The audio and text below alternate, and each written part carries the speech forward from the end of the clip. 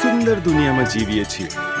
ફક્ત તમારી આસપાસની આકર્ષક વસ્તુઓ જુઓ. ચાલો શરૂઆત તરફ પાછા જઈએ અને જોઈએ કે બાઇબલ આપણને તે કેવી રીતે શરૂ થયું તે વિશે શું કહે છે.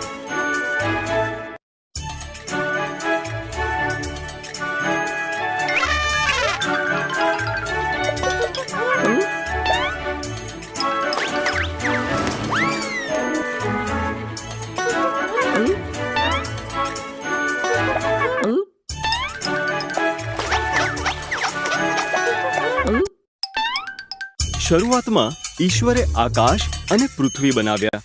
ઈશ્વરે અંધકારને જુદા પાડીને કહ્યું કે અજવાળું થાવ.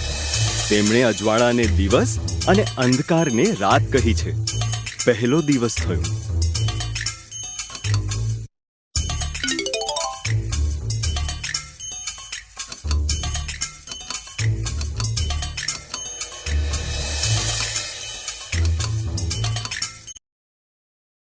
પછી ઈશ્વરે નીચેના પાણીથી ઉપરના પાણીને અલગ કરવા અંતરિક્ષ બનાવ્યું. તેમણે અંતરિક્ષને આકાશ કહ્યું. બીજો દિવસ થયો.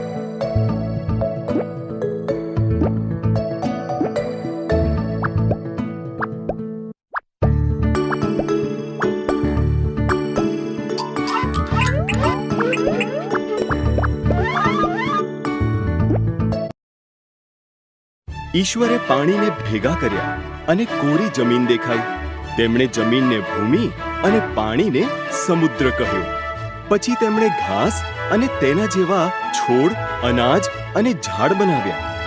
ત્રીજો દિવસ થયો.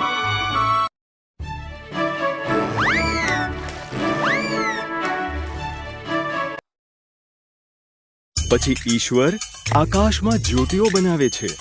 તેમણે દિવસ માટે સૂર્ય, રાત માટે ચંદ્ર અને બધા તારા બનાવ્યા. ચોથો દિવસ થયો.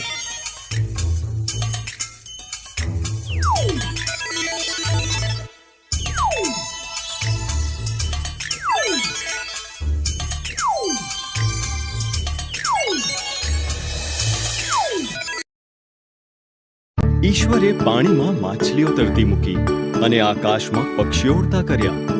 તેમણે તેમને કહ્યું, બચ્ચાઓ પેદા કરો. આખી દુનિયાને સંગીતથી અને આનંદ ઉત્સવના છાટણાથી ભરી દો. પાંચમો દિવસ થયો.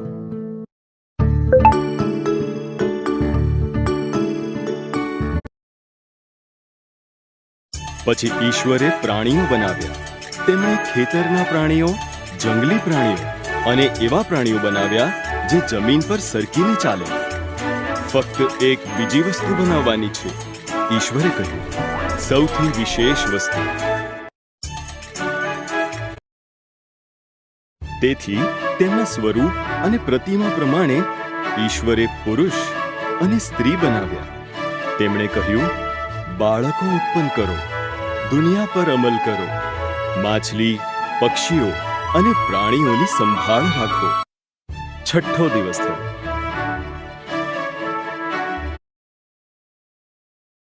પછી ઈશ્વરે તેમણે બનાવેલી દરેક વસ્તુ પર નજર નાખી. તે ખૂબ સારું છે, તેમણે કહ્યું. તેથી સાતમા દિવસે તેમણે આરામ કર્યો અને તે દિવસને વિશેષ બનાવ્યો. સાતમો દિવસ થયો.